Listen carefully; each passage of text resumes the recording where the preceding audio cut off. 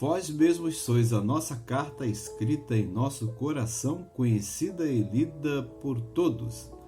2 Coríntios 3, verso 2. O apóstolo Paulo sempre enfrentou oposição contra si por causa do ministério que exercia, e isso fazia ele sofrer.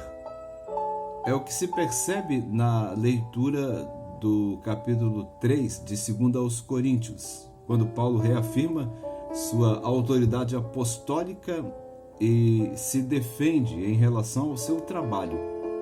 Parece que havia algum adversário mal intencionado fazendo uso das cartas de recomendações do apóstolo Paulo e colocando nelas um tom falso, ou então usando uma outra carta escrita com recomendações falsas e usando o nome de Paulo, coisa que o apóstolo não aceitava e não fazia.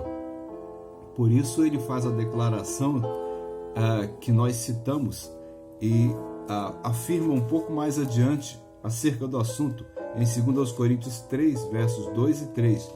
Ele diz assim: Vós mesmos sois a nossa carta, escrita em nosso coração, conhecida e lida por todos, manifestos como carta de Cristo, ministrada por nós, escrita não com tinta, mas pelo Espírito do Deus vivo, não em tábuas de pedra, mas em tábuas de coração de carne. O que chama a atenção aqui é que a declaração do apóstolo Paulo é para reivindicar principalmente a autoridade apostólica. Paulo faz uma declaração de total confiança na obra que Deus faz através da vida dele entre os coríntios e demonstra um grande afeto por aquela igreja. Ele usa a expressão escrita em nosso coração, o que revela esse afeto. A igreja dos coríntios era uma obra da graça de Deus, na qual Deus havia usado o apóstolo Paulo e seus companheiros de trabalho para que ela surgisse. A igreja dos coríntios era, na declaração do apóstolo Paulo, uma carta viva, escrita não com tinta, mas pelo Espírito do Deus vivo, não em tábuas de pedra, mas em corações de carne. Os resultados observáveis na vida dos cristãos corintos referendavam e autenticavam a veracidade, o valor e o impacto do ministério do apóstolo Paulo. Então, ele não precisa de nenhum outro tipo de referência para recomendar-se como apóstolo e pregador da graça de Deus em qualquer lugar onde vá, porque foi Deus mesmo que o capacitou para esse ministério através da nova aliança em Cristo, e ele tem as igrejas plantadas por ele como testemunhas. Paulo nos ensina aqui pelo menos duas lições muito importantes. A primeira: a maior e mais edificante referência de um ministério pastoral é, sem dúvida, a Igreja do Senhor Jesus. Quando a igreja é fiel ao Senhor e aos princípios da palavra do Senhor, ela é uma verdadeira testemunha do Evangelho de Cristo e ela pode ser chamada de carta viva, carta de Cristo, e ela vai referendar, com certeza, o ministério pastoral daquele que está diante dela. A segunda coisa, Paulo confiava plenamente em Deus e sempre se manteve fiel ao Evangelho da graça do Senhor Jesus Cristo.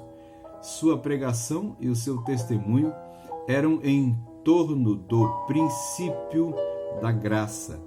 Foi Ele, Deus, que também nos capacitou para sermos ministros da nova aliança.